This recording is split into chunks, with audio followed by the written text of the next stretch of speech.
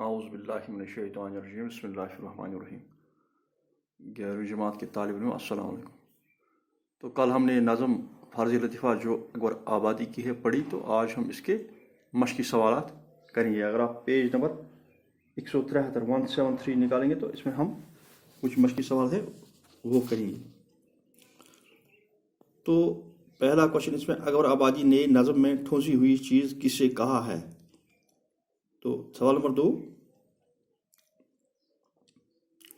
نظم فرض لطیفہ کا خلاصہ لکھیے. تو سوال نمبر 3 اس میں، اکبر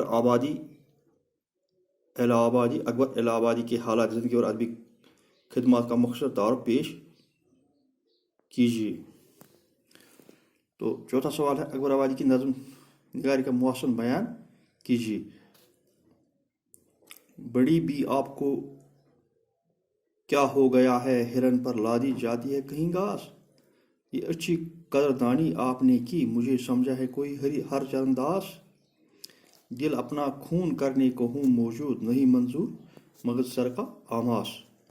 منظب الاشارہ کی بحوالہ شاعر تشریح کیجیے.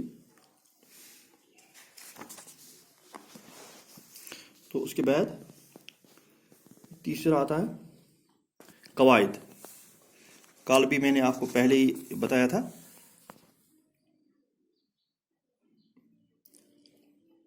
جب شاعر پہلی شعر میں اپنی تخلص استعمال کرتا ہے تو اس کو صنعت تالا کہتے ہیں. تو تخلص اس نام کو کہتے ہیں جو شاعر اپنے اصلی نام کے بدلے اپنے اشعار میں استعمال کرتا ہے، اسے تخلص کہتے ہیں. تو کبھی یہ تخلص شاعر پہلے ہی شعر میں کرتا ہے اور کبھی کبھی آخری شعر میں. تو کچھ جگہوں پر وہ اپنا تخلص استعمال ہی نہیں کرتا ہے. تو جو ہم نے کل یہ نظم فرض لطیفہ پڑھی، تو اس میں شاعر نے پہلے ہی یعنی کہ مطلع میں ہی اپنے تخلص کا استعمال کیا ہے. تو جب شاعر پہلے ہی شعر میں اپنے تخلص کا استعمال کرتا ہے تو اسے صنعت تالا کہتے ہیں. خدا حافظ مسلمانوں کا اکبر، مجھ کو تو ان کی خوشحالی سے ہے یاس. اگر شاعر آخری شعر میں تخلص استعمال کرے تو اسے مقطع کہتے ہیں. اگر تخلص آخری شعر میں استعمال نہ ہوا ہو تب بھی اسے مقطع ہی کہتے ہیں.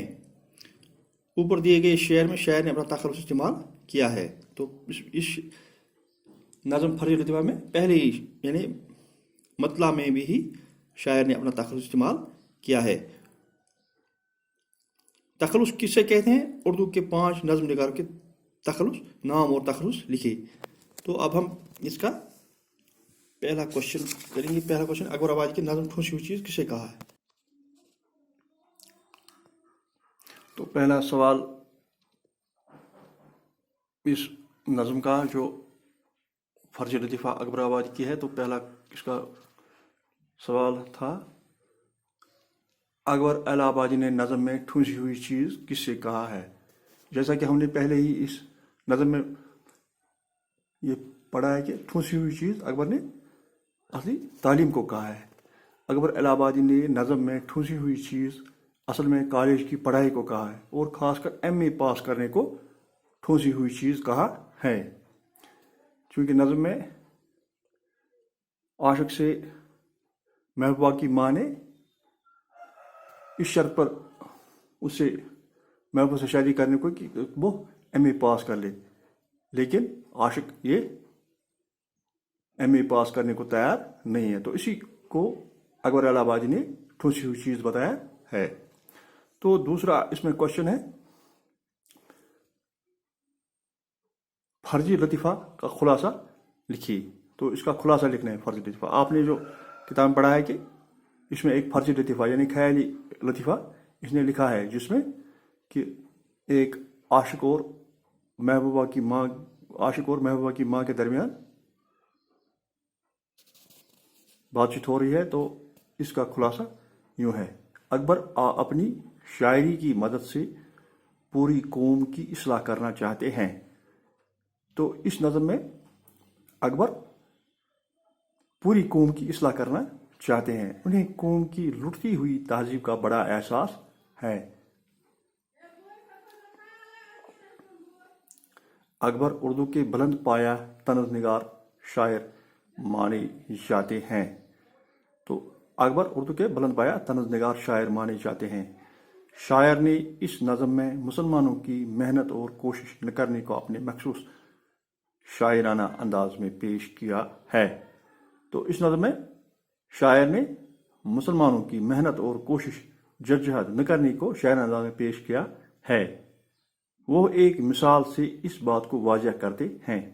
تو انہوں نے ایک فرض لطیفہ بنایا ہے جس سے وہ یہ واضح کرنا چاہتے ہیں کہ مسلمان محنت اور مشقت اور جدوجہد نہیں کرنا چاہتے ہیں۔ تو وہ ایک مثال سے اس بات کو واضح کرتے ہوئے کہتے ہیں کہ محبوبہ کی ماں عاشق کو شادی کے شرط کے طور پر کہتی ہے کہ اگر تم ایم اے پاس کرو تو میں اپنی بیٹی کی شادی تمہارے ساتھ کرانے کو تیار ہوں۔ تو محبوبہ کی ماں نے عاشق کو یہ شرط رکھی ہے کہ آپ ایم اے پاس کرو تو میں اپنی بیٹی کی شادی تمہارے ساتھ کرانے کو تیار ہوں اور تمہاری ساز بننا مجھے منظور ہے۔ لیکن عاشق اس کے لیے تیار نہیں ہے۔ عاشق کہتا ہے کہ مجھ سے محنت والا کام نہ ہوگا، کہ میں محنت کرنے کے لیے تیار نہیں ہوں، مجھ سے یہ کام نہیں ہوگا۔ وہ اپنی محبوبہ کو چھوڑنے پر تیار ہے، جسے دل جان سے وہ چاہتا ہے، لیکن وہ اس کو چھوڑنے پر تیار ہے، لیکن محنت پر راضی نہیں ہوتا ہے۔ شاعر مسلمانوں کی اس حالت پر مایوسی کا اظہار کرتا ہے اور کہتے ہیں کہ ایسی حالت میں ان کا خدا ہی حافظ ہے۔ تو شاعر مسلمانوں کی اس حالت پر مایوسی کا اظہار کرتے ہوئے کہتے ہیں کہ ایسی حالت میں ان کا خدا ہی حافظ ہے۔ اس کے بعد ہمارا اکبر تیسرا کوشچن آتا ہے، اکبر آبادی کے حالات زندگی اور ادبی خدمات مقصد تعارف کیجیے۔ یہ انشاءاللہ ہم کل کریں گے۔ تو اکبر الہ آبادی کی نظم نگاری کا محسن بیان کیجیے۔ تو یہ بھی انشاءاللہ یہ دونوں کوشچن ہم کل کریں گے۔ آج کے لیے اتنا ہی۔ خدا حافظ۔